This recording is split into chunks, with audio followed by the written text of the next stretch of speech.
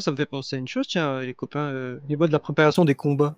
Comment vous réussissez à, comme tu le dis, rendre ça fluide, pas que ça soit trop tac-tac, tu fais le jet là, t'as fait ça, gna, gna, gna, gna. Moi, Pas de combat. pas de combat. Ça, c'est un truc, encore que j'ai beaucoup de difficultés à rendre fluide, ouais, à rendre, voilà, pas trop méca, pas trop méta.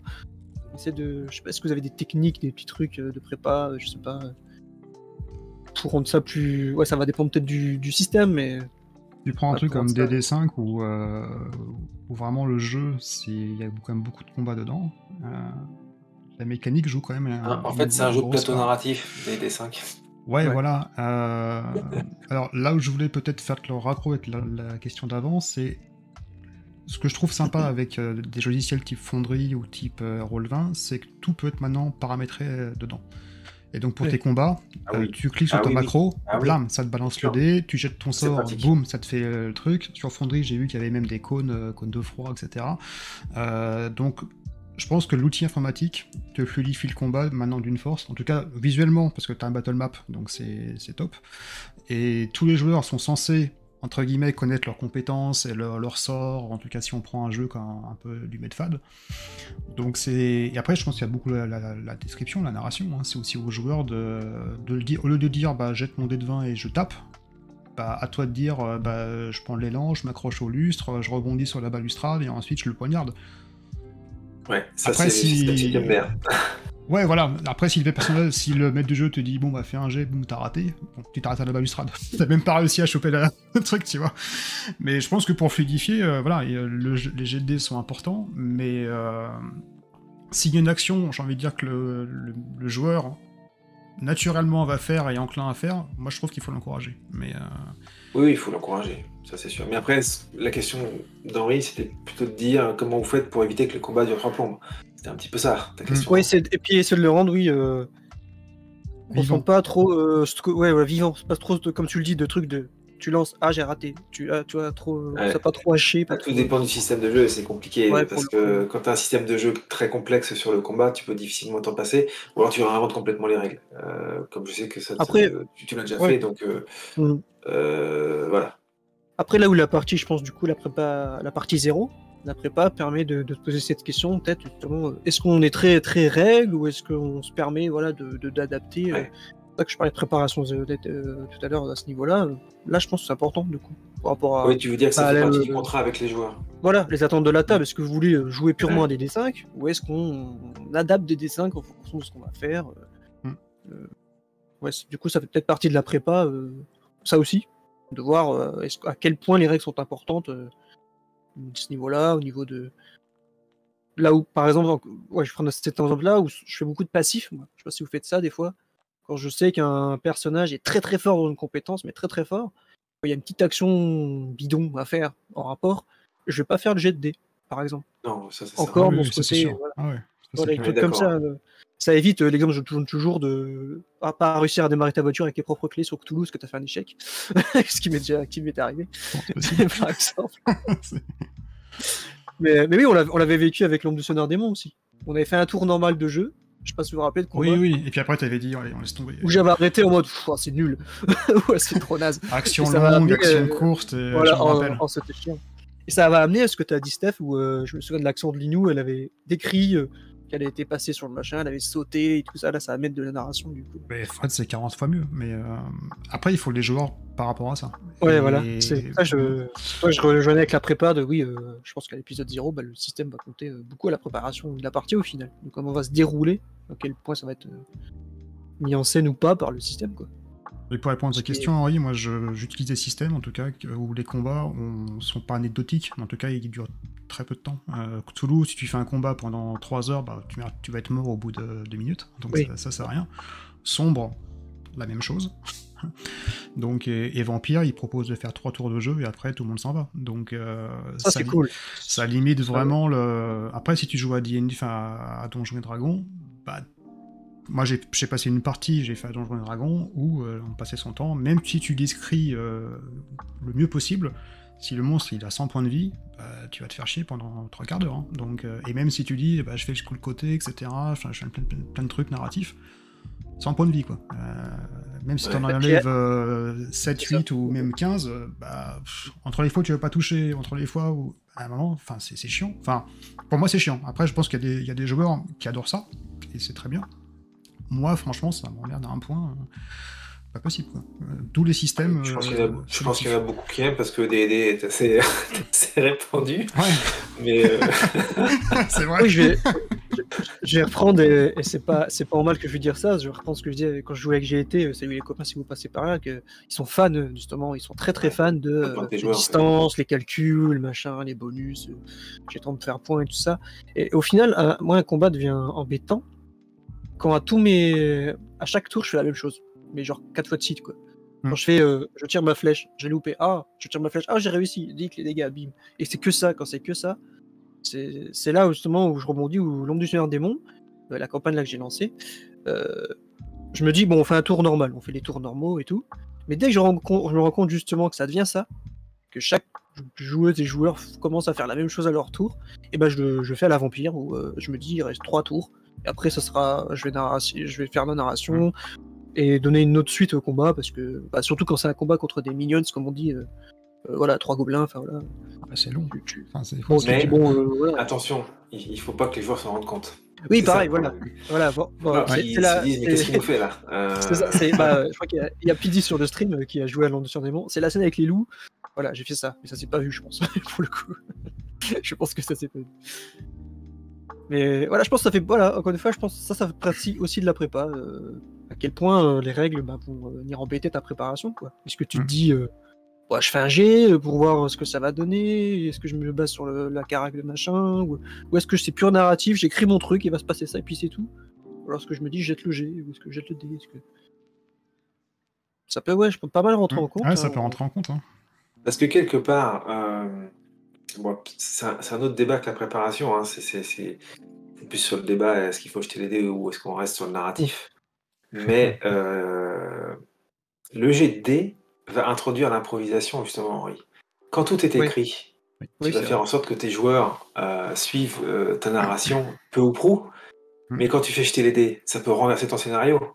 Et là, tu t'y attends pas. Et là, c'est complètement aléatoire. Et c'est ça qui est intéressant aussi. Alors, il faut pas être dans les extrêmes, pas trop simulationniste, mais je pense qu'il faut pas non plus être trop narratif. Parce que jeter des dés qui peuvent te faire renverser une histoire, c'est tellement bon. Bien sûr. Bon. À la fois pour les joueurs et pour la MJ. Ça arrive souvent des fois. Hein. Mais oui, ça arrive. Exactement. Ça arrive. Donc c'est pour ça qu'il faut laisser parfois la chance aux dés. Mais c'est là le paradoxe, c'est que je vais faire de l'impro et de narratif, mais j'adore jeter les dés quand même. Donc, c'est là je pense sur les doses jeter. Qui compte. Je les jette dans les moments un peu cruciaux. Hein. Là où ça peut être dramatique. Ouais, c'est ça. C'est ce que tu disais tout à l'heure. Quelqu'un qui est surcompétent dans un domaine, tu lui fais pas jeter les dés. Et au fond de moi, je me disais, oui, mais si le résultat du dé peut avoir une conséquence dramatique dans l'histoire, à ce moment-là, même s'il est très compétent, je vais lui faire jeter. Oui, voilà, ça dépend. Si son échec peut entraîner quelque chose de dramatique, alors il faut le tenter quand même. Ça dépend plus de la situation, on va dire. C'est plus situationnel que l'effet. Exactement. Et puis comme tu dis, la situation y est pour beaucoup, hein, parce que même si tu sais conduire, tu prends tes clés de voiture, tout en situation normale, bah oui, tu démarres. Maintenant, si tu as une meute de zombies derrière toi et tu fais la même action, tu vas être stressé, tu peux faire tomber tes clés sur le plancher, il y a plein de... Voilà, là, comme dit Alinix, c'est un moment critique, et là, il faut faire jeter le jet de dés. Et c'est un peu de fine-tuning sur le... Ah mais je suis complètement d'accord, parce que je vais reprendre Vampire, en exemple. Mais à Vampire, choisir c'est un vampire ou pas en frenzy, évidemment, jette le dé, évidemment, parce que ça va tout changer. Ouais, ça va tout changer le scénar, quoi, toute la scène. Ça, c'est sûr, évidemment. Et dans le chat, ils disent « Et c'est comme ça qu'Henri n'allume pas sa voiture. » Alors cet exemple était, on descendait, on sortait du QG, début de l'aventure, hein, donc le danger, je voyais pas trop. Mais soit le moteur n'a pas démarré, qu'est-ce que tu veux. Après, ça alimente l'histoire. Après, débrouille-toi avec. Ça fait une anecdote, à raconter. En gros, faut passer combien de temps à préparer une partie ? Je vais prendre un one-shot, hein, pas une campagne, mais allez, on se dit une partie dans 15 jours, ça va vous prendre combien de temps pour préparer le truc ? Entre le choix du scénario, entre le calage des musiques, entre stabilité... on va prendre les deux, peut-être un sur table et un virtuel. Je pense que le virtuel, ça prend plus de temps, mais Je vois que Lini qui a un petit... Si tu me dis on se fait un scénar ou un one-shot dans 15 jours, je te dis bah non, pas dans 15 jours. Parce qu'il me faudra plus de temps. Ok, ça répond pas mal à la question. Mais non, parce que j'étais en train de réfléchir. Le temps de choisir les scénars, de les lire, de les approprier, d'identifier les scènes. Et bah ouais, ça prend du temps. Sauf si t'as ta bibliothèque d'images, de scènes et de lieux, et là tu dis pas de problème, on se voit ce soir. Mais t'as tout derrière. En fait, en background, t'as toute ta ressource. Donc c'est vraiment 2 écoles différentes. Donc ouais, ça prend du temps, facile une dizaine d'heures. Hein. J'ai jamais mesuré en fait. La question, j'ai jamais mesuré. Henri, je sais pas. C'est vrai que... attends, Piddy s'en va. Bonne nuit, Piddy. Merci à toi d'être passé. Je viens de voir ton message. Vaste question, mon cher Steph. En fait, ça peut dépendre des idées, comment elles arrivent ou pas. Parce que si c'est de la création pure, par exemple, si j'ai une idée cool tout de suite, je me dis bah bim, je sais tout de suite, bam bam bam, j'écris. Mais des fois, t'as la page blanche, tu dis oui, bon, ils veulent jouer dans 15 jours. On fait quoi exactement? Qu'est-ce que je vais faire? Qu'est-ce qu'on fait? Et là, du coup, je fais quelque chose, je sais pas, ça peut toucher à la prépa de l'écriture. J'écris pas, je vais faire autre chose. Je vais regarder une série, je vais jouer un truc, je vais lire. Et comme je disais tout à l'heure, ça fait un peu mon Pinterest, quoi, je lis, je suis là, ah là, celle-là, elle est cool, ah, ce perso, il est cool. Et dans ma tête, je reviens à mon papier. Tac, j'écris un truc. Ça m'arrivait, voilà, petite anecdote, ça m'arrive souvent d'être, je suis dans le fauteuil en train de regarder Netflix. J'arrête ce que je regarde, je me lève, je prends un papier et j'écris un truc. Parce qu'il y a un élément dans la série que je regarde ou le film ou quoi, m'a fait ah, ce perso, il est cool, quoi. Et ils en disent pas beaucoup sur lui, mais je le trouve cool, je le trouve intéressant dans son caractère et tout. Et je note un peu, voilà, l'attitude du gars, machin, nanana. J'ai un petit carnet. Vous avez un petit carnet. Voilà, mais... voilà, j'allais dire, j'ai un petit carnet avec vous grattez tout le temps. Ouais, c'est ça. Moi, j'ai pareil. J'ai vraiment ça. Ouais, je sais pas, je suis peut-être bizarre à faire ça, j'en sais rien. Jugez-moi. Mais vraiment, des fois, j'arrête la série, je me dis, ça c'est cool, je me lève et je vais écrire. Ouais, et hop, pareil. Ça peut faire une idée de one shot et tout, en fait. Tu fais ça dépend, Ouais, maintenant de plus en plus. Et en fait, j'ai eu l'idée par Loki, qui lui, quand il est venu à la maison, il m'a montré son petit carnet. Enfin, non, c'est pas la maison, on avait pris un verre ensemble. Et il m'a dit, tiens, moi j'ai mon petit carnet pour sombre.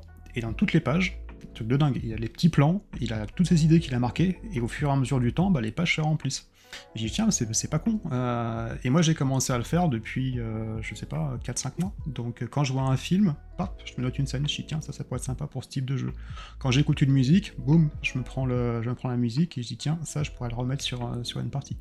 Donc, c'est pas systématique parce que c'est pas encore devenu un automatisme, mais dès que j'ai le petit carnet à côté de moi et je me dis, bah ouais, ça, je pourrais peut-être le faire jouer, ça peut être chouette.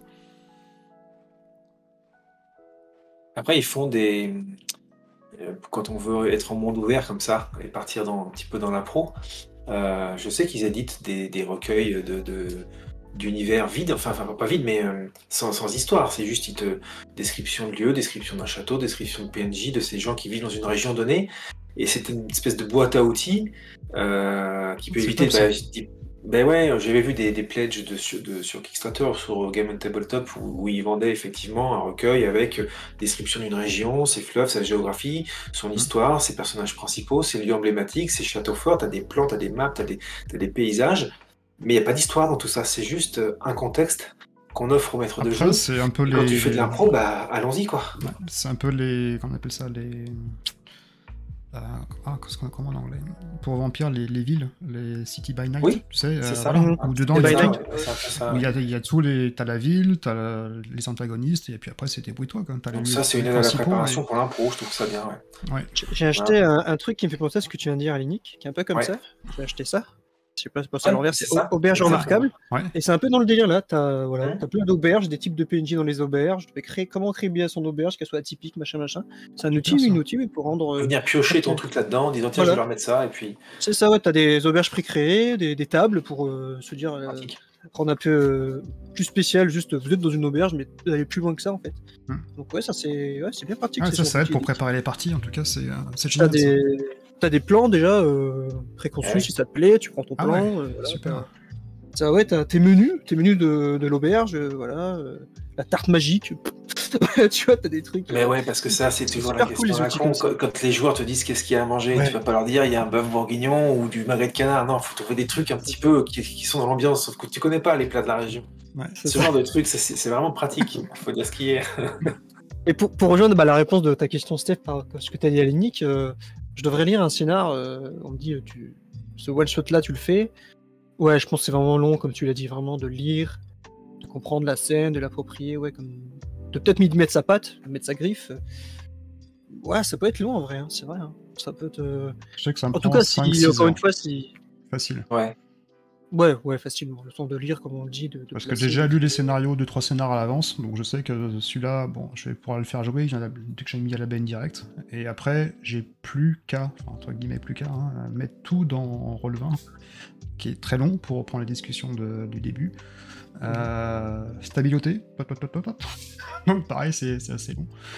Donc ouais, moi ça me prend 5-6 heures, facile. Mais vraiment facile. Quand j'avais fait la campagne Starfinder sur Roll20, comme parfois, soit je n'avais pas le temps, soit je faisais le flemmard. Je faisais des séances de 3 heures, on jouait toutes les semaines, on faisait 3 heures tous les mercredis soirs. Et quand je faisais le flemmard, je ne préparais pas mon scénario entièrement, je préparais les 2 premiers chapitres parce que je savais très bien qu'en 3 heures, on ne ferait pas plus. Donc du coup, je morcelais le travail en fait. Ça me permettait de... Bah ouais, je me suis dit, bon, de toute façon, en 3 heures, je sais bien qu'on n'ira pas beaucoup plus loin que ça. Donc je m'arrêtais à ça, puis je me concentrais là-dessus. Parce que sinon, ça demandait beaucoup trop de travail en fait. Mais des fois, je fais ça aussi dans... Ouais. J'ai un truc comme ça où je fais de la prépa et je me dis, ça, je prépare pas, mais volontairement. Parce que j'ai envie de voir un peu ce qui va se passer. Ah oui. Tu vois, des fois, je me dis, encore une fois, pardon, vampire. Je prends dans ce bar-là, il y a le PNJ qui cherche depuis une session dans le bar-là de vampire, là, dans le bar. Et je me dis, je peux pas préparer l'interaction forcément, en fait. J'ai envie de voir comment ils vont aborder la personne, comment ils vont... Mon PNJ, je sais comment il est. Mais j'ai pas envie de me dire, il va leur dire ça, si, machin. J'attends sur le coup comment ils vont y aller, la préparation qu'ils vont faire eux pour y aller, du coup. Et derrière, là, moi, je me dis, il va réagir du coup comme ça. Là, sur le coup, je me le dis. Des fois, je me fais ce challenge, non, je prépare pas mot à mot. La scène, un peu, évidemment, la petite description de la scène, au cas où, si je veux, comme on le disait tout à l'heure, qui remarque bien des choses, le lieu, etc.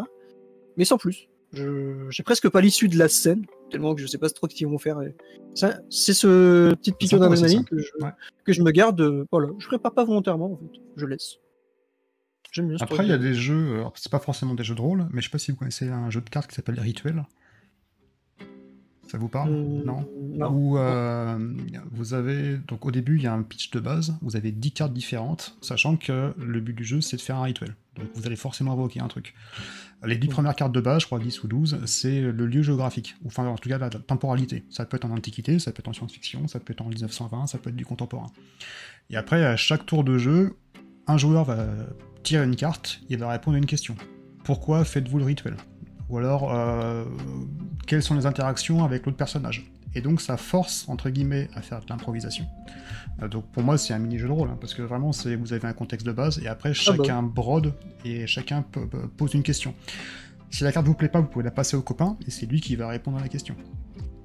Donc, au fur et à mesure, au fil des questions, donc il y en a pas mal, même sur internet, vous pouvez en trouver sur la partie type Walking Dead, type Donjons et Siphons, par exemple. Mais en fait, ça crée naturellement une histoire, uniquement avec des cartes. Et ça, des fois, pour créer un scénario, moi j'ai reçu, alors je sais pas, je vais peut-être vous le montrer là, un truc qui s'appelle Vision of Cthulhu. Je sais pas si vous connaissez ce truc-là. Non plus, non. Alors je l'ai reçu cette semaine, j'ai pas encore tout lu, mais à la base, c'est uniquement des cartes avec des illustrations. Donc je sais pas si vous pouvez les voir. Illustrations comme ça, un gars sur un bateau. Vous avez un cimetière avec une goule, par exemple. Vous avez un mec qui fait un rituel. Top. Et le truc qui est sympa, c'est que derrière chaque carte, par exemple là où il y a des éclairs sur une montagne, au dos de chaque carte, vous avez un petit amorce d'histoire. Donc, pour créer un scénar, je me dis ça peut être aussi un outil qui peut être sympa. C'est bien ça. Un peu comme... alors c'est pas forcément indiqué, mais je me dis... là, je les ai un peu classés en me disant un paquet lieu, un paquet antagoniste et un paquet événement. Ouais, et je me dis... Tu sors de ta zone de confort, là. Carrément. Mais c'est de votre faute, les gars, franchement. Mais je me dis, pourquoi pas tirer 3 cartes? C'est un petit peu comme le tarot, tu tires 3 cartes pour faire des prédictions. Là, en fait, tu prends 3 cartes, tu regardes un petit peu les images, et qu'est-ce que ça peut t'inspirer comme scénario? Et là, c'est zone de confort out. Hein. On est tout à fait d'accord. Vous faites des trucs comme ça, non, ou pas du tout? Ben, un peu, comme je disais avec l'exemple de l'article Wikipédia qu'on avait fait avec Linou, c'est un peu ça. Hein. Tu dirais une situation et tu dois broder par rapport à la situation, quoi. Ça peut être une image, ça peut être un petit peu pour le coup, Allez, Nick, je te sens hyper perplexe. En fait, je réfléchis comment j'intègre l'inspiration. On l'évoquait un petit peu au début. Parfois, c'est des scènes dans des bouquins. Parfois, c'est aussi, il y a certains jeux de rôle où dans la description du background du jeu, de l'univers, tu as des petits encarts avec des amorces d'histoire sur 2 lignes. Il se passe ça. Tu as une relique à aller chercher dans la grotte en haut, là, et tu te dis, tiens, ça, je vais l'utiliser pour une amorce. Donc, j'utilise aussi ces petites aides qui sont distillées comme ça à droite et à gauche dans les livres. Ça aide à pimenter un petit peu les histoires. Donc, oui. Oui, et puis quand je peux, et je trouve que plus le temps passe et plus je trouve que c'est mieux, mais on l'a déjà dit tout à l'heure, utiliser le passif des personnages, les antagonistes et l'histoire, ça tout de suite, ça augmente le degré d'implication des joueurs et du coup leur expérience de jeu qui est exponentielle. Beaucoup plus que chercher des choses extérieures. Tu entames une question que j'avais en tête, pour le coup je me permets de l'annoncer, c'est ça, c'est que comment dans la préparation, vous essayez tu t'as un peu répondu du coup, pour je vais trouver mes mots, pardon. Porter cet intérêt au PJ, au personnage, pour la quête quoi, au final. Qu'est-ce qu'ils y trouvent? Quel est leur intérêt de le faire? Donc t'as un peu répondu en utilisant en effet des PJ. J'ai répondu, mais le problème c'est que faire intégrer le passif ou les antagonismes des PJ, quand tu as un groupe de 4 à 5 joueurs, si tu veux, pour tous tes joueurs, t'en finis plus. Le scénar, il devient ingérable. Alors, ce que j'ai fait sur ma campagne là, pour Prophétie, c'est que j'avais accès à un de mes scénars sur un joueur en particulier, sans qu'il le sache trop. Il devait passer un examen pour passer à son statut de mage supérieur. Et donc, l'examen, c'était le scénar, en fait. Il ne savait pas, le joueur, que c'était ça. Et à la fin, le directeur de l'école de magie dont il faisait partie lui a dit, voilà, c'était votre épreuve et vous êtes passé. Et donc ça a été pour lui. Et le scénar suivant, lui je le mets un peu de côté et j'utilise dans le passif d'autres joueurs, notamment 2 qui ont un passif un petit peu équivalent. Ils sont liés à des dragons tous les 2 qui ne peuvent pas se saquer, mais aucun des joueurs ne le sait. Et donc là, je vais être obligé de les confronter un petit peu, je vais provoquer la réaction. Du coup, j'alterne en fait. La fois d'après, ça sera sur d'autres joueurs, parce que sinon tu peux pas tout gérer en même temps. Donc voilà comment je fais pour répondre à ta question, Henri. Et toi, Steph, je te pose la même question. Comment tu justifies, disons, comme on disait un peu tout à l'heure aussi, pourquoi je ferai la quête, pourquoi je suis là, pour que le PNJ se dise ça, quoi. Je pense que vraiment c'est dans le background en fait de chaque personnage. Alors c'est pour ça que pareil je joue avec 2-3 joueurs max, parce que comme dit Nick à 5 c'est imbuvable. Il faut arriver à lier les personnages par partie d'histoire entre eux avant que la partie commence. Donc ça prend un petit peu le fait de la partie 0. Et quand tu vas choisir ton personnage à la base, qu'on va te demander de le choisir, le maître du jeu va te délivrer l'histoire et tu devras faire avec. Donc peut-être que tu vas pas aimer X ou Y, ou tu auras des affinités avec d'autres personnes, ou tu auras une quête qui sera liée à un autre personnage, et ça donne vraiment de l'intérêt à l'histoire. Au lieu de dire bêtement, je vais dans une auberge, je prends la fiche et puis j'y vais, quoi. Donc pour moi, je pense que c'est plus comme ça. Donc, D'accord. C'est vraiment en amont, faire le travail en amont, pour qu'il y ait un réel intérêt, parce qu'autrement, personne, hormis des copains très complaisants, disant bon, je me suis inscrit à la partie, donc je vais jouer, parce que c'est le but. Mais d'avoir une interaction, justement, même avec un personnage non joueur, mais que quelqu'un, au moins, entre guillemets, a un but dans l'histoire, je pense que c'est intéressant, ça crée également des liens. Et pourquoi pas même au sein même du groupe, d'avoir complètement le profil opposé qui lui doit faire l'opposé de entre guillemets de la quête. Ouais. Parce que ça crée du lien. Ça crée du lien, ou alors faut dès le départ dans le contrat qu'il accepte d'avoir perdu son joueur d'avance, parce que ça peut vite dégénérer. Parce que je m'étais servi de PNJ pour le coup, j'avais eu de la chance d'avoir des PJ qui avaient créé des backgrounds avec des PNJ dedans. C'était la campagne Warhammer V2 où ma campagne, je voulais que ce soit un voyage, quoi. Je voulais qu'ils doivent aller à un endroit assez loin, donc passer par des étapes, etc. Et en écrivant les étapes, j'avais pas nommé de PNJ, j'avais pas nommé de nom de méchant et tout. J'avais juste dit tout bêtement, ils partaient de telle ville. En mer, ils allaient se faire attaquer par l'équivalent des Vikings dans Warhammer, c'est les Norsk, je crois. Ouais. Les Norsk allaient tuer tant de PNJ, allaient capturer tant de PNJ, nanana. Et en fait, j'avais écrit ça. Et une fois que j'ai eu leur background, tous les PNJ que j'avais pas nommés, j'ai pris des PNJ de leur background, quoi. Qui étaient avec eux, machin, etc., qui les accompagnaient. Il y avait deux personnages qui s'étaient liés, ils avaient une troupe de saltimbanques, etc. C'était des alphelins, donc ils avaient tout ce truc-là. Donc j'ai pris les mondes du troupe, de la troupe là, sont devenus les PNJ qui ont capturé les Norsk, et j'ai pris l'un des sous-méchants, on va dire ça comme ça, de l'histoire. C'était le PNJ, dès qu'il y a une joueuse qui m'a écrit je cours après mon Némésis qui a tué mon frère, machin, je fais hop, celui-là ça va devenir le petit méchant qui s'est enfui, voilà, pour essayer de raccrocher. Et du coup je vous ai posé la question là aussi parce que il y a eu un départ sur la table là, et je me disais, j'avais ce truc il y a des personnages qui n'ont aucun intérêt de poursuivre la quête en fait, dès qu'il y a eu le départ, et j'avais ce truc, mais du coup on avait arrêté le scénario parce que je me suis dit pourquoi ils continueraient la quête, il n'y a aucun logique. Ils suivaient cette personne parce qu'ils étaient amis avec elle et elle a couru après ce mec. Mais le personnage n'est plus là, donc. Et puis là, j'avais parlé à la table, j'avais dit en vrai, vos persos, je vois pas la logique de pourquoi ils continueraient la quête. Ils pouvaient rentrer chez eux, c'est bon, on n'a pas réussi le contrat, tant pis.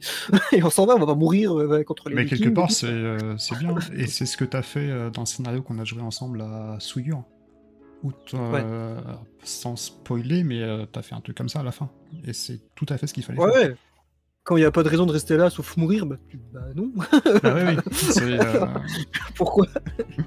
C'est comme lui qui s'en dans le jeu. Il y a des univers qui, en termes de préparation, qui rendent difficile la tâche au maître de jeu, à la fois en termes de préparation contextuelle, et je vais illustrer après, et à la fois en termes de créer du lien au sein de l'équipe. Je pense à un jeu comme Légende des 5 Anneaux, Japon médiéval, avec une certaine quantité de clans qui ne peuvent pas se saquer les uns entre les autres, avec un univers où l'étiquette est centrale dans la façon de faire le RP. Donc les joueurs doivent connaître un minima cette étiquette, parce que sinon le moindre mot qui est mal placé devant un seigneur, c'est un coup de sabre dans le ventre. Donc ça, en termes de préparation, il y a une préparation du maître de jeu, mais il y a aussi une préparation des joueurs. Et créer du lien quand vous avez 5 joueurs et que ces 5 joueurs ont décidé de créer un personnage dans un clan différent, créer un groupe avec des 5 clans différents, dans la vraie vie du jeu, ça n'existe pas en fait. Donc comment trouver le ciment qui va unir ça, c'est un casse-tête, je pense, pour le maître de jeu. J'ai jamais joué à ça en tant que maître de jeu, j'ai toujours été joueur, et ça a été compliqué au début là. Maintenant, le groupe a son histoire, sa propre histoire de groupe, donc le lien, il existe plus ou moins, mais au début, il y avait des prises de tête avec certains personnages, où limite, il allait être exclu, mais on ne pouvait pas faire ça parce qu'on n'avait pas enlevé le joueur de la table. Mais je pense que pour le maître de jeu, il y a des univers qui s'y prêtent pas à ça, hein, donc là où il y a beaucoup d'étiquettes, je pense qu'au Trône de Fer, ça va être un peu pareil aussi, parce que pour y avoir joué en tant que joueur, compliqué. Mais les L5A... L5A, c'est compliqué. Très bon jeu, hein. Très bon jeu, j'adore. Mais alors, bonjour. Hein. Puis l'univers est compliqué. Alors ça, j'ai le Trône de Fer aussi. J'aimerais le faire jouer, je sais pas comment. Parce qu'il y a tellement de trucs à prendre en compte. C'est très politique. Ouais, là, il faut être vampire, il y en a un petit peu de la politique, mais là, le Trône de Fer, c'est très central. Donc, du coup, j'aimerais le faire jouer, parce que j'adore ce délire et tout, mais... Et puis le lien, il est obligé. Enfin, moi j'ai joué en tant que joueur. Le maître de jeu, pour le coup, nous a dit vous créez votre maison et vous faites tous partie de la même famille. Comme ça, dès le départ. Oui, comme ça, c'est pas possible. Ouais. Et voilà, donc tu crées ta maison, tu crées ton territoire, et puis tu dois faire prospérer ton personnage, mais tu dois faire prospérer ta maison aussi avec les points d'expérience. Enfin, c'est assez particulier. Le système de créer une maison, c'est très cool. C'est ça. Ça aussi, c'est un peu comme on disait tout à l'heure, où on te dit il y a eu cet événement, c'était quoi l'événement, et tu crées tous ensemble le truc. Ça, c'est super cool. Donc, mais il y a un peu ça dans Vampire aussi avec la coterie. Ouais. Je sais pas si vous avez vu ce passage sur la coterie où les joueurs et les joueuses ils doivent créer un peu ensemble la type de coterie. Qu'est-ce qu'on fait? Est-ce qu'on tue les humains? Est-ce qu'on machin? Est-ce qu'on bidule? Oui, c'est vrai. Ça, c'est cool, ça, c'est super important. C'est la partie 0 en fait que tu évoquais tout à l'heure. Ouais, c'est ça, c'est que, comme tu le disais toi, Alinix, c'est que maintenant les jeux tournent beaucoup à ça en te mettant des petits trucs comme ça, quoi. La coterie, il y a dans Vaisen, je sais pas si vous avez suivi ça, j'en ai parlé chez Lilian la dernière fois, ce petit jeu d'horrifique scandinave, tu crées le château, où les joueurs et les joueuses sont rassemblés, c'est un peu leur QG, pareil. Il y a beaucoup de plus en plus, des trucs comme ça qui t'amènent à faire, au final, à faire une partie 0, quoi, pour le coup. Ouais. Parce que t'as des jeux comme L5R justement où t'as des clans, mais pour les faire jouer ensemble, c'est pas possible en fait. Les joueurs. Déjà, tu mets un scorpion dans le groupe, c'est fini. Un lion et un crane ensemble, c'est mort. Enfin c'est hyper compliqué. Ou alors, encore une fois, ce que tu disais tout à l'heure, c'est de les lier par rapport au background, par rapport à un truc. Mais mais c'est pas évident. Non. Pour ça qu'L5R, moi, pourtant j'ai les bouquins, mais je l'ai jamais fait jouer. Ou alors, il faut jouer avec 2 personnages, pas plus, quoi. Mais quand t'es 5, ça me paraît tellement mission impossible. C'est comme... pardon, je vais encore parler de Vampire, excusez-moi. Mais comme Vampire, on parle de taille de groupe, 4-5, compliqué, hein. Si tout le monde doit faire sa petite popote, ses petits trucs dans le dos, ses petits coups forés, il y a 5 personnages. Ouais, puis d'autant qu'en plus c'est pareil, si t'as 5 clans différents qui sont représentés par les joueurs, tu fais comment? Enfin, c'est... Ouais. Ça, je l'avais justifié dans Bâton Rouge en mode... ils ont créé la coterie pour faire une coterie complémentaire, justement. De mettre des types de profils dans la coterie pour faire un truc un peu complémentaire. J'avais justifié ça comme ça dans le scénario. Leur sire avait fait ça pour... Voilà, j'avais fait ça, mais... Parce que, beaucoup, ils te présentent des PNJ ou quoi dans Empire, déjà, qui sont très... les brouhahs, les trémés ensemble, les machins ensemble, il n'y a pas trop de mélange, il n'y a pas trop de... Et souvent, par contre, on a un groupe de PNJ... c'est compliqué, en fait. Ouais. Donc, mais moi je l'avais justifié comme ça, en mode votre coterie a été créée pour être s'emboîter ensemble, que ça on est fort, plus fort avec tout le fort, le costaud, le machin, l'agile, tout ça. Mais après avec la V5 tu peux peut-être jouer des clans, des mêmes membres de clan parce que tu fais des choix différents, peut-être de discipline ou quoi. Ça peut un jeu comme je sais pas si vous connaissez Innominé Satanis Magna Veritas. Oui, jamais joué, mais c'est cool ça. Ouais, mais là pour le coup, les joueurs doivent choisir, soit vous êtes des démons, soit vous êtes des anges, mais c'est pas les deux en même temps, parce que les scénarios ne peuvent pas être joués en fait. C'est pas jouable. Soit du côté noir ou du côté blanc, mais t'es obligé de choisir. Donc cette histoire de création commune, elle prend son sens en fait. Bah tiens, d'y pense, sinon dans Vampire, il faut jouer Caitiff tout le monde. Tout le monde est un... Oh non. Voilà. Là, il y a ça. Là, ça justifie le fait de jouer tous ensemble. Non. C'est rigolo, Caitiff. Tout le monde ne te veut pas. Donc... c'est Vampire de seconde zone. C'est ça. Enfin, tu joues pas à Vampire, tu joues autre chose, quoi. Ouais, voilà. C'est comme les sangs clairs dans Vampire. Compliqué à jouer, je trouve. C'est pas vraiment Vampire, parce que bon, ils peuvent aller... Voilà. T'as pas forcément les contraintes. C'est un peu délicat. Non, on fait pas ça. Enfin, moi, je fais pas ça. Mais... Ouais, non, bah oui, c'est... Et finalement, Ouais, pardon, aussi. Pour résumer, en fait, ce que je disais, c'est qu'en fait, la préparation tient aussi à la nature du jeu, en fait. C'était ça aussi que beaucoup lié, je pense, beaucoup. Ah ouais. Et vous pensez que tout ce qui est nouvelle technologie, ça nous sert ou ça nous dessert en termes de préparation? Comme on disait tout à l'heure, on parlait de jet de dés, là où le virtuel est un vrai atout, comme on le disait, ça calcule tout. Maintenant, tu peux prendre tous tes bonus en compte, tu cliques et t'as tout, quoi. T'as même maintenant, ils te font la description de ton sort, si c'est du aider ou quoi. Pour ça, je trouve que c'est pas mal, parce que si t'es sur table, bah évidemment, il faut... Attends, j'ai le bonus de maîtrise, mon score de machin, ma force, ça, machin. Donc là, tu calcules et ça prend plus de temps à faire ton tour, quoi, forcément. Ça, c'est dans la partie, mais pour la préparation. Pour la prépa, pardon. Pour la prépa, niveau technologie, écoute... On a la chance d'avoir Pinterest, on va dire ça comme ça. On a la chance d'avoir des outils internet quand même qui te mettent des bandes de données assez sympas pour t'inspirer ou quoi quand même. C'est ça qui est plutôt cool. Mais moi, aussi, je connais un joueur qui est un super copain et qui est anti-musique, anti-photo, aucun support narratif. Enfin, aucun support, je veux dire, visuel. Il préfère justement s'imaginer le personnage, comment il est décrit et que chacun ait sa propre partie. Pour l'imagination, je suis d'accord, mais la musique, je trouve, en termes d'ambiance, ça te met dans un beau cadre, souvent. Ça t'aide beaucoup. Hein. Ah ouais, moi, je suis... des choses. Maintenant, je pense que moi, jouer sans partie, je pourrais pas trop. Mais enfin, je pourrais pas trop. Il manque quelque chose. Mais je sais pas pour vous, mais... Ouais, c'est deux écoles. C'est pas pareil. J'ai vécu les deux, j'aime bien les deux. Non, mais c'est vrai, j'aime bien les deux. J'aime bien mettre de la musique parce que ça crée une certaine dimension dans la scène que tu montres. Maintenant, je comprends ton ami qui veut laisser la place à l'imagination et donc ne pas assister le cerveau avec des images. Mais après, je pense que tu peux te passer des images, mais la musique, c'est quand même assez intéressant. Je suis d'accord. Je suis d'accord. Les Après, images, bon, effectivement. j'ai une joueuse elle se mettait pas la musique.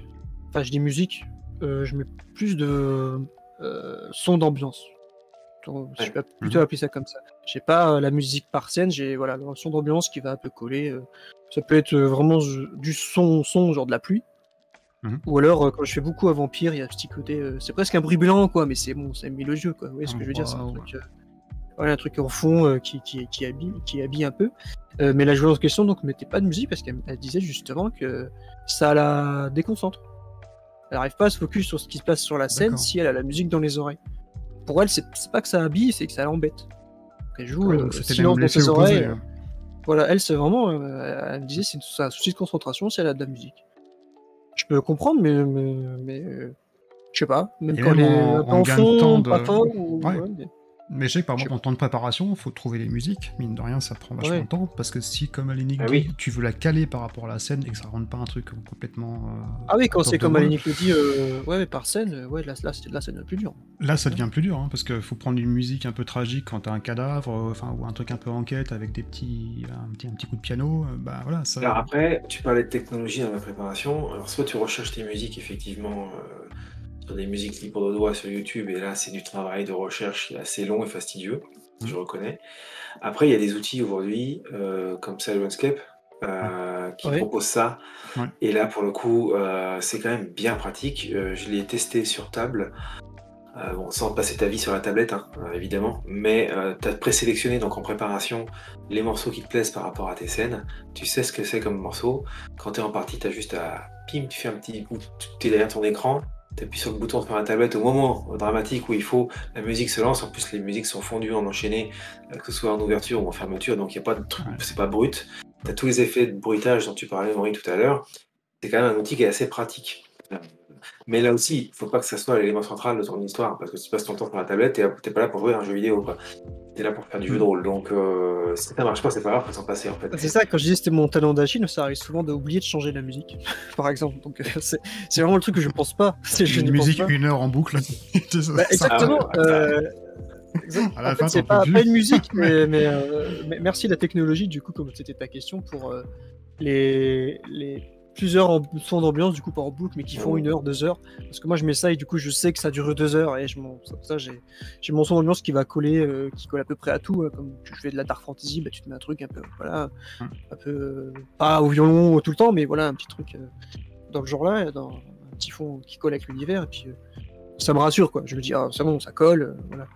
Et après oui, j'ai quand même mes musiques qui sont moins longues, mais elles sont très catégorisé, combat, triste, voilà, scène de fin, scène de début, musique d'intro, voilà. Mais j'ai pas de titre à proprement dit pour cette scène-là, machin, etc.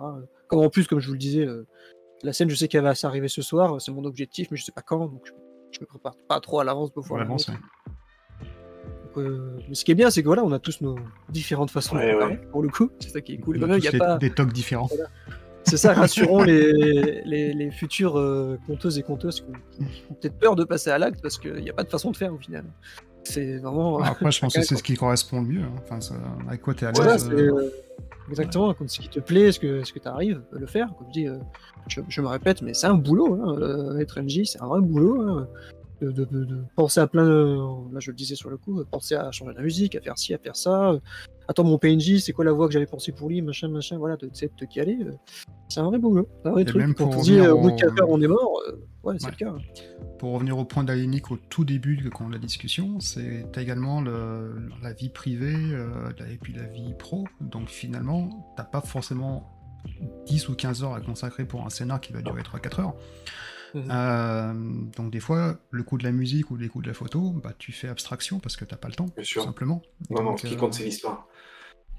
Ouais, ce qui compte c'est l'histoire, je suis d'accord. Et comme tu disais, quel est non plus le degré d'implication que tu veux mettre dans ta partie et comment également tu veux que le rendu soit. C'est aussi ton exigence qualitative où tu vas placer le curseur. Et ça, c'est libre à chacun. Ouais, oui, tout à fait. C'est vrai, parfois on passe plus de temps. Ouais. J'ai clairement beaucoup de respect même pour les MJ, vraiment qui. Je sais pas, parce que je le fais pas, mais je respecte beaucoup les gens qui, comme tu disais, comme vous le disiez tous les deux, préparent sa musique par scène, vraiment, ses photos, ses trucs, ses plans même, parce qu'il y a des gens qui jouent avec des plans et ils s'éclatent dessus, et tant mieux. En fait, moi j'aime pas, mais tant mieux, je respecte beaucoup parce que c'est des heures de créa de maps d'auberge, maps de combat, maps de forêt. Ah, mais ça rend super, hein. Franchement, ça rend super. Il y a des gens, qui créent du fond, l'arbre posé et tout, et qui font ça, mais qui sont au taquet, et qui ont le temps de faire ça, et c'est super. Hein. Franchement, j'ai beaucoup de respect pour ça, parce que... Mais le temps de préparation, là, il est multiplié par 3 ou 4. Hein, mais, Ah oui, et puis parfois créer pour rien, parce que si t'es MJTPJ, hop, part dans l'autre sens, t'avais créé une super map d'auberge et tout, bah tant pis. C'est la petite frustration que tu dois avoir, j'imagine, de ça. Donc, j'ai beaucoup de respect vraiment pour tout ça. Et puis, je parle de respect, je respecte beaucoup aussi l'attente des PJ. Vraiment, c'est un truc que je dis souvent, c'est après une semaine compliquée, le respect de leur attente, tu vois, de jeu. Ah oui. Ils veulent passer une bonne partie, donc faut pas négliger la prépa. Pour moi, je trouve, même si j'en fais peut-être peu par rapport à certains, là, on va dire. Je tiens à ce qu'ils ont gardé leur samedi. Toute la semaine, ça a été compliqué, le boulot, machin, et puis t'as envie, que ça se passe super bien, qu'ils passent un bon moment, qu'il y ait un vrai truc, quoi. Si t'arrives, je vais citer personne encore une fois, mais quand MJ qui était arrivé en retard, il me dit « Oh, j'ai pas le temps de préparer, on verra ce que ça donne. » Tu dis rien sur le coup, mais là t'as le petit truc, mec, ça fait une semaine qu'on a la suite, tu vois, mais dis rien, tais-toi. Faut pas le dire, bah oui, voilà, t'arrives en retard et tu dis ça, t'arrives en retard en plus, tu dis ça derrière, les gars j'ai pas eu le temps, machin, bon, allez, on va jouer quand même, mais... Bah, parce que c'est un vrai boulot, hein. C'est un vrai boulot, quoi. Mais ça prend du temps, donc... Tu sais, j'espère que tu auras l'occasion d'inviter Linou plus tard, parce qu'elle a un vrai avis là-dessus, qu'elle a eu comme moi des gens qui comprenaient pas que c'était un vrai truc de faire ça, quoi. C'était pas qu'un jeu, parce que c'est un jeu, mais voilà, il y a un truc, il y a un truc à faire, hein. Il y a une vraie préparation, quoi. Et quoi qu'on en dise, quel que soit son degré, Steph, c'est un vrai travail créatif malgré tout. Même si tu ne te considères pas comme tel, tu en fais de la création puisque tu produis du contenu à ta façon aussi. On fait tous à notre niveau, plus ou moins d'ailleurs. Il y en a qui écrivent complètement tout de A à Z. C'est pas mon cas, mais c'est un vrai travail de création derrière. Donc c'est pour ça que parfois c'est bien aussi d'être joueur, ça permet de se reposer. Oui, voilà. De se laisser porter, de se laisser embarquer dans un univers. C'est quelqu'un d'autre qui a fait le travail pour toi et toi, tu es là, tu vis la chose. Donc, Après, peut-être ça sera l'objet de la seconde partie de l'émission, presque, de la prépa en tant que joueur. Parce qu'il y a une petite prépa quand t'es joueur un petit peu. Hein, de venir lire ta fiche, ton petit background, tes petites techniques de préparer tes trucs. Parce que j'en ai connu plein qui viennent tranquillos, déjà ils viennent en retard, ils se mettent sur la table, ils mangent les cahuètes, et puis ils connaissent pas les sorts, ils connaissent pas les trucs, et comment on fait un jeu, ils connaissent pas les règles. Et là tu fais, t'es sérieux là quand même? J'ai passé 10 heures à faire mon scénario, tu connais pas les règles. Je suis peu PJ, mais à chaque fois, quand tu m'invites sur un one-shot, Steph par exemple, avant, je relis le background du perso, c'est ce qu'il sait faire et tout, je me mets dans le truc, est-ce que je fais une voix, est-ce que... je m'habille des fois, je te fais le petit cosplay. Oui, ça c'est cool. Voilà. Ça, c'est chouette. Il y a le petit truc, je pense. La prépa de joueur, peut-être qu'il y aura moins de choses à dire, mais je trouve que c'est bien de en faire une, souvent, quand même. Le background, le sérieux pendant la partie, ça se prépare pas, ça se conditionne. Et puis, après la connaissance des règles, bon, ça ça dépend dans quelle école tu te trouves. Il y en a qui veulent, les maîtres de jeu qui veulent pas que les joueurs fassent des règles, ils considèrent que c'est à eux de le gérer. Mais il y a un minimum à savoir, malgré tout, sinon tu perds énormément de temps. Donc, oui. Et puis ne serait-ce que son implication à la table, ou derrière l'écran. Sûr.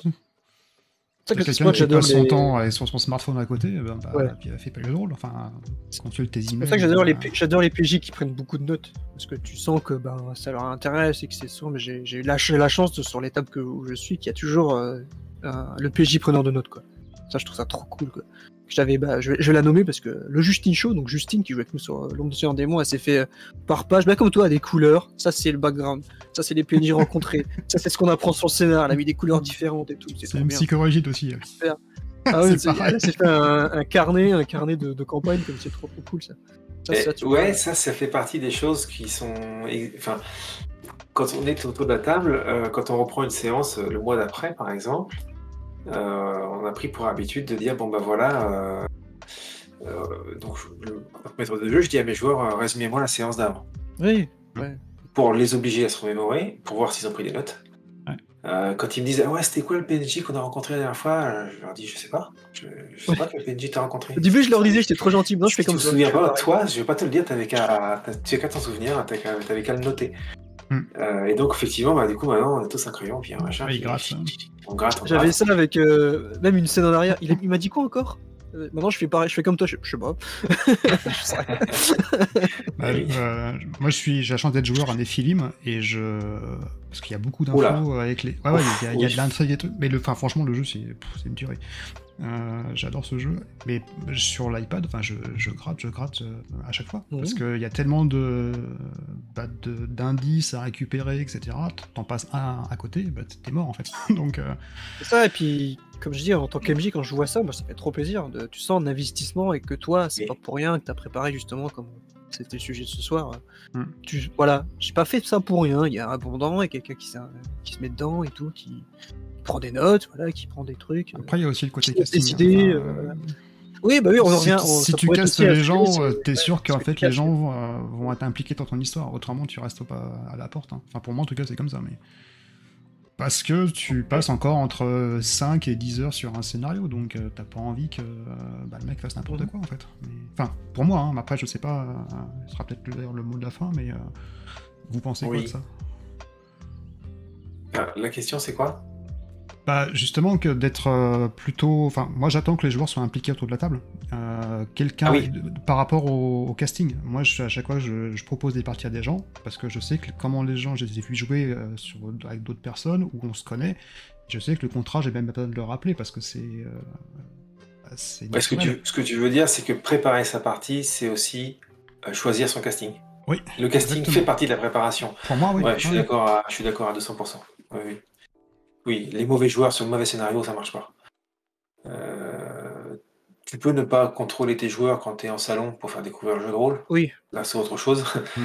Mais quand c'est des joueurs autour de ta table chez toi, là, c'est pas le même bouillon. Tu choisis tes joueurs et tu sais avec qui tu joues et pourquoi tu le fais, quoi.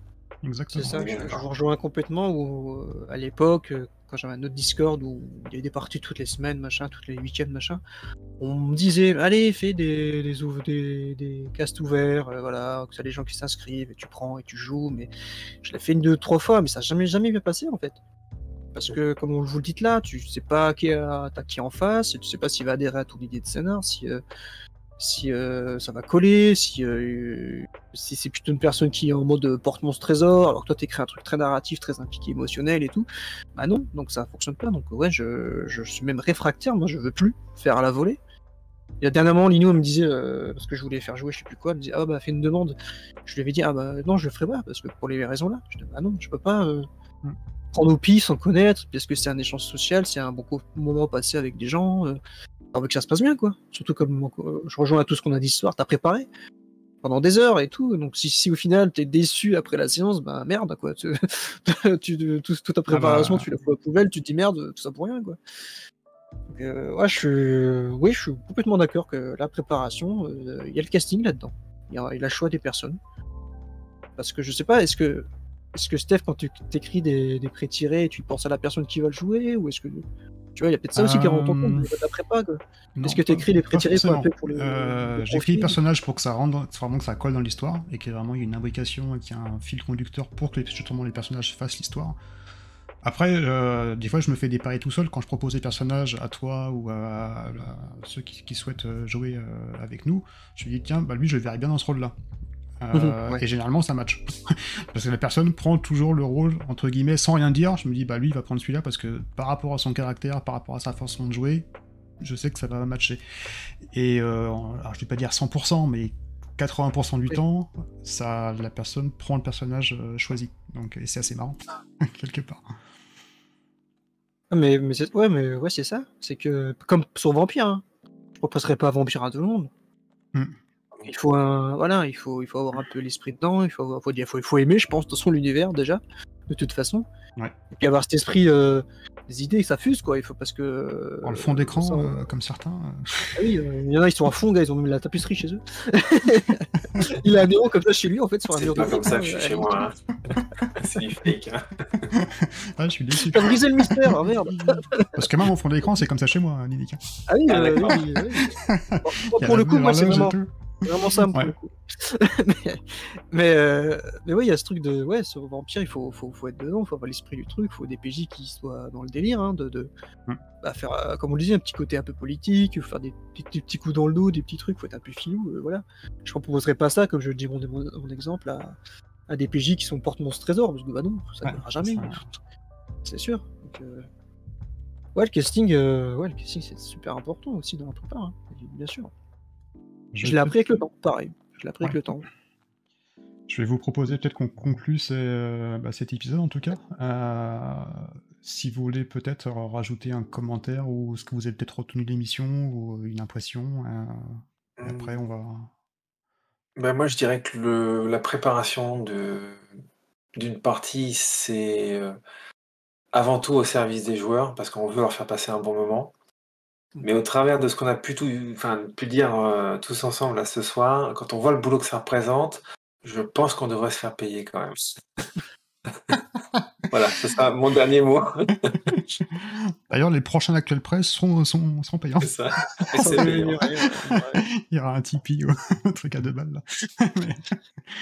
De mon côté, ne vous mettez pas trop de pression en vrai à la prépa, parce que bon, en me disant ils vont faire ça, c'est bon, j'ai tout prévu, parce que bah non, vous n'aurez jamais tout prévu, mais bien qu'elle soit importante la préparation. Et puis mon mot de la fin là-dessus, ce serait ce qu'on a un petit peu évoqué, c'est faites des parties 0, parce que ça amène quelque chose, je trouve, vraiment. C'est vraiment un vrai truc, ça crée des liens, ça met dans le contexte, et t'arrives à la table, il y a du background d'entre perso, quoi, c'est naturel. Il y a des petits trucs déjà qui sont là, et c'est pas juste comme on le disait tout à l'heure, vous êtes des aventuriers, partez à la quête, oh, il y a un dragon là-bas, il faut aller le tuer, on y va tous, ok. Voilà, ça évite un peu ce truc-là que j'aime pas beaucoup, mais voilà. Mais en gros, voilà, pas trop de pression, mais préparez un petit peu quand même. Et ne croyez pas aux MJ qui disent j'ai rien préparé ce soir, mais on s'en fout, c'est pas grave. Et puis ça se passe bien. Il y a Oncle Tom qui dit prochain live sur le paiement des MJ. Ouais, bah oui. ça pourrait être un truc de dingue, ouais. Donc, est-ce que le premier Let's Chat Together, ça serait sur Vampire ou pas? Le gars qui force. Honnêtement, j'y ai pensé. Et moi, je vais juste peut-être dire, soyez respectueux surtout des maîtres du jeu, parce que c'est un investissement. J'ai envie de dire. Donc les personnes qui s'inscrivent aux parties, soyez respectueux déjà d'être à l'heure, de pas annuler vos parties, d'être impliqués justement dans vos parties, parce que encore une fois, c'est du temps, on l'a vu ce soir, hein, chacun sa méthode. Mais si on résume, ça va de 2 heures jusqu'à 8-10 heures pour faire un one-shot. Si on dit la semaine prochaine un scénario, Annie qui nous a dit clairement, non, c'est pas possible. Donc voilà, ça prend du temps sur notre vie personnelle. Donc encore une fois, c'est un loisir, mais je pense que le respect entre les joueurs et le maître du jeu, c'est hyper important. Et tout le monde ne va pas non plus faire maître du jeu, donc c'est aussi chouette d'avoir un maître du jeu qui s'implique, comme vous le faites.